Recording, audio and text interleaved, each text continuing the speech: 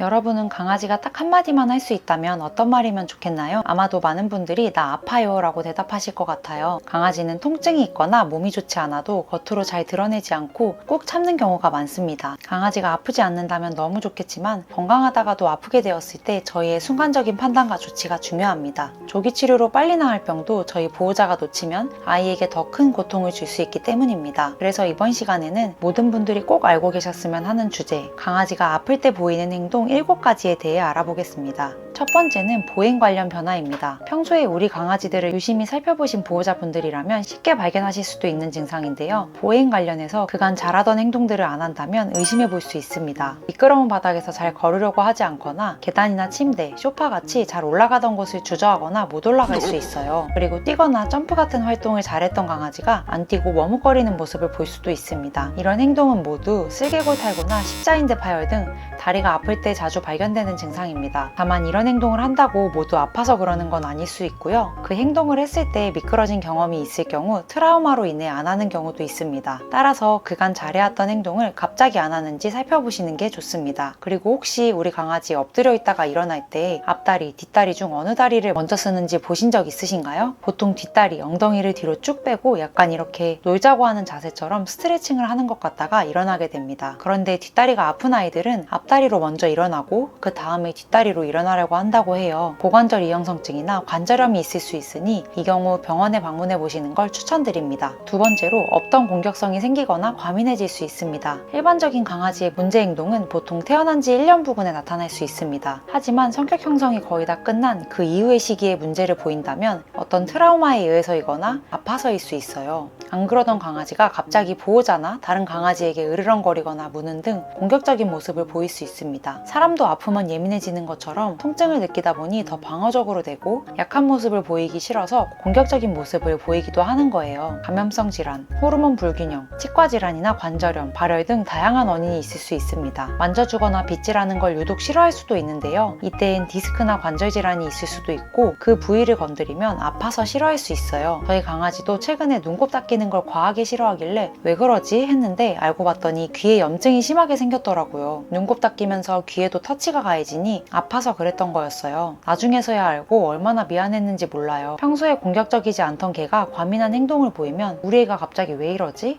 훈련을 시켜야겠어 라기보다는 어디가 불편한가? 아플 수 있는 시그널로 생각하고 병원에 방문해 보시는 걸 권장드립니다. 세 번째로 회피하고 숨는 행동을 보일 수 있습니다. 강아지는 아프게 되면 보호자를 피하고 숨는 경향을 보일 수 있어요. 아프다고 말도 못하는데 피하기까지 하니 주의를 기울이지 않으면 이 신호를 전혀 못 알아챌 수 있습니다. 강아지는 동물이다 보니 본능적으로 아픈 모습을 들키고 싶지 않아 합니다. 야생에서는 병에 걸리거나 다치면 적의 타겟이 되기 때문에 자신이 아프다는 걸 숨기려는 습성이 있어요. 다만 종종 귀찮거나 시끄러울 때 등 혼자 편히 쉬고 싶을 때에도 스스로 자리를 피할 수 있습니다. 쉬고 싶을 때와 아플 때에는 하는 행동들이 다르니 함께 잘 관찰해 보시는 게 좋습니다. 아파서 자리를 피하는 경우 발걸음과 눈빛 자체가 불안한 것을 볼 수 있어요. 어두운 곳으로 자꾸 숨으려 하고 구석진 곳으로 가려고 할 수도 있어요. 몸도 부드러워 보이지 않고 평소보다 굳어 있는 걸 보실 수 있습니다. 몸 어딘가에 문제가 있다는 신호를 보내는 것이니 주의 깊게 보셔야 합니다. 네 번째로 식욕의 변화가 있을 수 있습니다. 아마 강아지 아파서 동물병원 가시면 자주 들어보실 수 있는 질문 중 하나인데요. 바로 최근에 식욕 변화가 있었는지 확인하는 것입니다. 잘 먹던 아이가 어느 순간부터 잘 안 먹으면 아픈 걸 의심해 볼 수 있어요. 이게 조금 며칠 지나니까 회복되는 정도가 아니라 계속 식욕이 줄어든 상태로 지속된다면 어딘가 불편하고 아픈 거일 수 있습니다. 다만 종에 따라 간혹 아파도 계속 먹는 종도 있기 때문에 이런 친구들은 다른 행동을 함께 지켜보셔야 합니다. 일반적인 사료나 간식 거부하는 건 단순한 음식 투정일 수 있어요. 하지만 평소에 좋아했던 특별한 간식마저 거부한다면 소화기관에 문제가 생긴 것일 수 있습니다. 다섯 번째로 혈색 변화입니다. 사람도 아프면 혈색이 안 좋아지는 것처럼 강아지도 혈색이 안 좋아질 수 있는데요. 여기서 말씀드리는 혈색은 잇몸의 색깔을 보고 확인이 가능합니다. 건강한 개는 분홍색의 촉촉한 잇몸을 가지고 있어요. 만약 이 분홍색 부분이 창백해졌다면 몸에 문제가 생긴 것일 수 있습니다. 그리고 육안상 봤을 때 촉촉한 느낌이 들어야 되고 잇몸에 닿은 손가락도 약간 축축해지는 것이 정상입니다. 잇몸이 건조하거나 끈적인다면 탈수 횟수의 징후일 수 있습니다. 그리고 잇몸을 누르고 손가락으로 뗀 후 잇몸이 정상으로 돌아오는데 얼마나 시간이 걸리는지도 확인해주세요. 2초 이내에 분홍색으로 돌아와야 하며 그보다 더 오래 지속되면 혈액순환이 좋지 않다는 신호일 수 있습니다.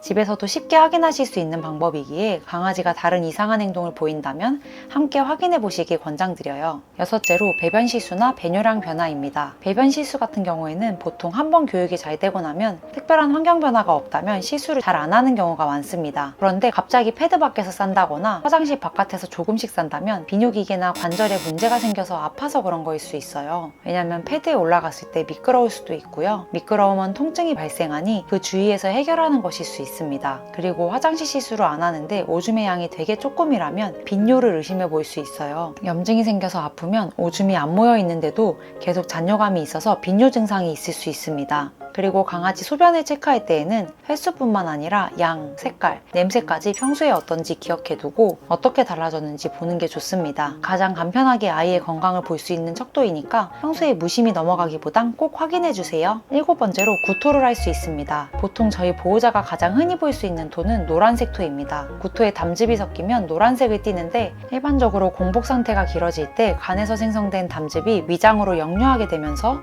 소위 말하는 공복토를 하게 되는 거예요.